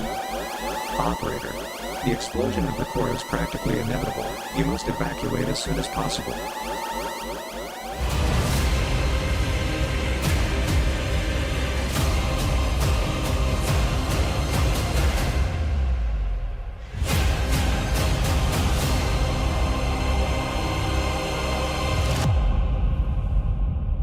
This mission is too important for me to allow you to jeopardize it.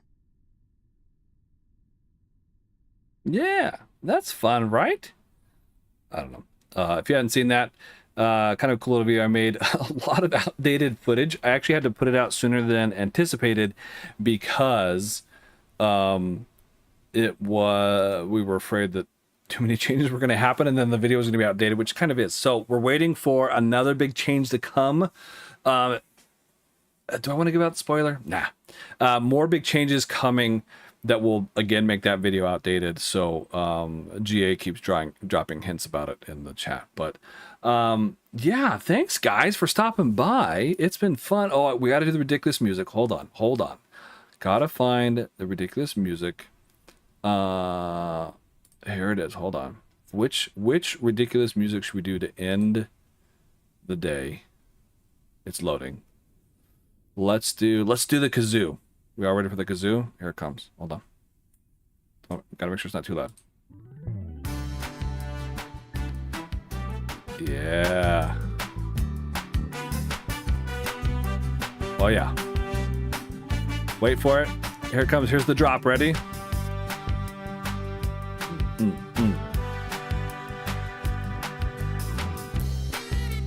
Yes. Actual kazoos. Anyway, guys, it's been a lot of fun. Thank you so much for stopping by. Again, join the Discord, link in the description. And I'll probably see you again next weekend. Have a great weekend. Have a great week. Stay safe, and I will see you again soon.